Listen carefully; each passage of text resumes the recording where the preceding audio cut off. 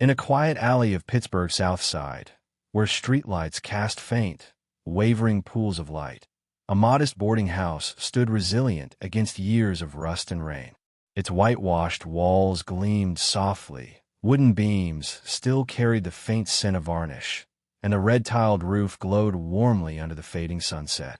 This was the home of James Harper, a 22-year-old aspiring actor pouring his heart into preparing for his audition at the Pittsburgh Academy of Performing Arts. James didn't just dream of the stage's spotlight. He yearned to craft performances that would linger in audiences' hearts, to weave stories that stirred the soul. But each night, as the neon light in his rented room flickered to life, he found himself drowning in a sea of doubt, his unfinished scripts and unformed dreams tangling in his mind like a storm. James spent countless sleepless nights hunched over his desk, pen in hand, staring at blank pages as he chased the perfect script. The harder he tried, the more elusive inspiration became, his ideas slipping away like shadows in the wind. Some nights, when the neon light buzzed and flickered, his silhouette on the wall took on a distorted, almost sinister shape. At times, he swore he saw it split by a faint, rope-like shadow, a noose, dangling invisibly, tightening around his chest. He'd spin around, heart pounding, only to find the bare wall and the silent night staring back. The fear was fleeting, but it left a lingering unease, a whisper that something was wrong. He confided in Mr. Ellis, the boarding house's owner, a middle-aged man with a warm smile but eyes that held a cryptic depth. Ellis laughed heartily, his voice booming through the cramped parlor. "Too much studying, kid. You're seeing things. This place is as haunted as a hardware store." James forced a chuckle, convincing himself it was just stress. He pushed the eerie visions aside, focusing on his upcoming audition, a pivotal performance that could define his future. But the night before the audition, sleep eluded him. James sat at his desk, his head throbbing, eyes bloodshot from exhaustion. A dozen scripts lay scattered around him, each one flat, lifeless, unworthy of the stage. He felt trapped, staring at an insurmountable wall of failure. Then, a soft knock at the door pierced the silence, startling him. His pulse raced as he glanced at the clock, nearly midnight. Who could it be at this hour? He wondered, his hand hesitating on the doorknob. Opening the door, he froze. A young woman stood before him, slender and ethereal, her long black hair cascading past her waist, dressed in a simple white t-shirt and jeans. Her face glowed under the neon light, her eyes clear yet shadowed with something unreadable. James was struck not just by her beauty, but by a haunting sense of familiarity, as if he'd known her in another life. "Oh, who are you?" he stammered, struggling to keep his voice steady. "What do you want?" She smiled, a delicate curve of her lips that sent a chill down his spine. "I'm looking for you, James," she said, her voice light as a breeze but carrying an eerie weight.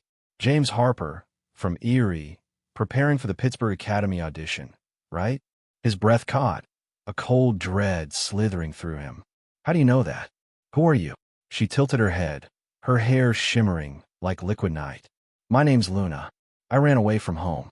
Can't exactly sleep on the street, can I? As for how I know you, let's just say I have my ways.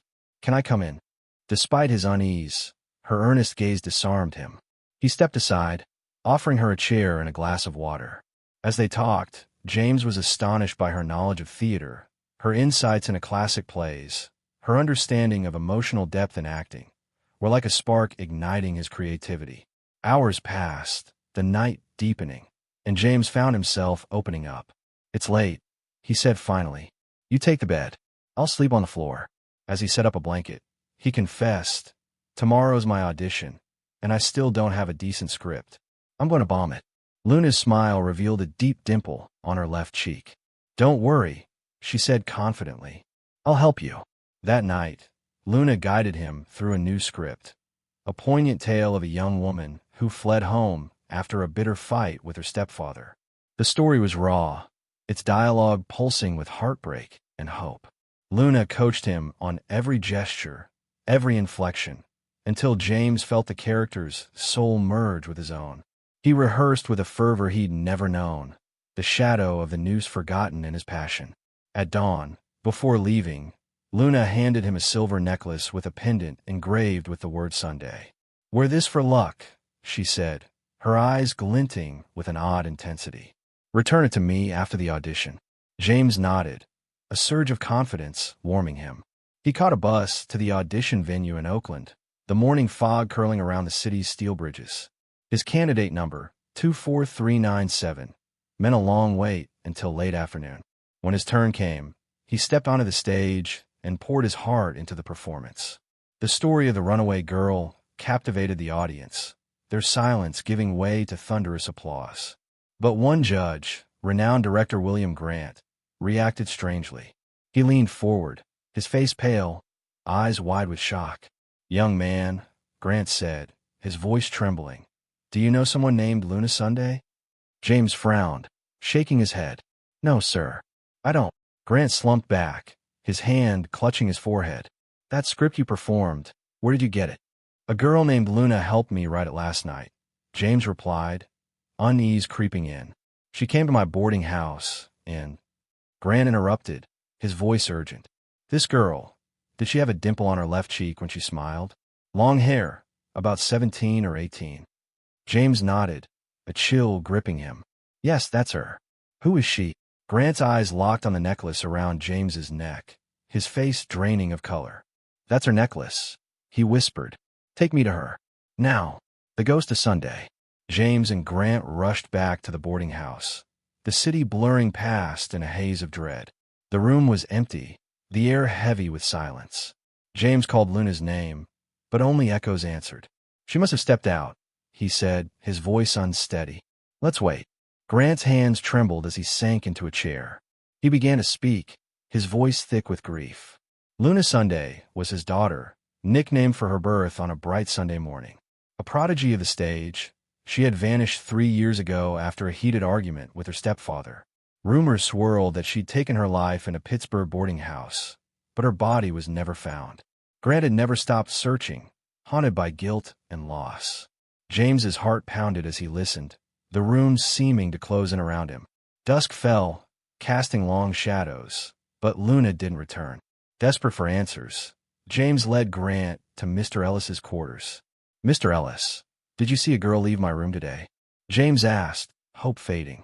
Grant held up the necklace, his voice breaking. "Her name's Luna Sunday, my daughter. About 5 feet 3 inches, long hair, a dimple." Ellis's face went ashen as he stared at the necklace. "Oh, James," he murmured, his voice shaking. "Not you too." He gestured toward a small shrine in the corner, where a black and white photo of a young woman smiled softly. Luna, her dimple unmistakable. "That's Luna Sunday," Ellis said, his voice heavy. "She hanged herself in your room 3 years ago. Her spirit lingers, playing tricks on tenants. You're not the first to see that new shadow. 8 others came before you." James's knees buckled. He glanced at the photo, his blood running cold. "Last night, I saw this necklace in her photo," he stammered. "But now it's gone." Ellis gasped, turning to the shrine. The necklace was indeed missing from the image. He muttered a prayer, his hands trembling. "Luna, please leave us in peace." Grant collapsed, sobbing, clutching the necklace as if it were his daughter's last remnant. James stood frozen, the weight of the truth crushing him. A faint, melodic laugh, like wind chimes, echoed through the room, chilling and mournful.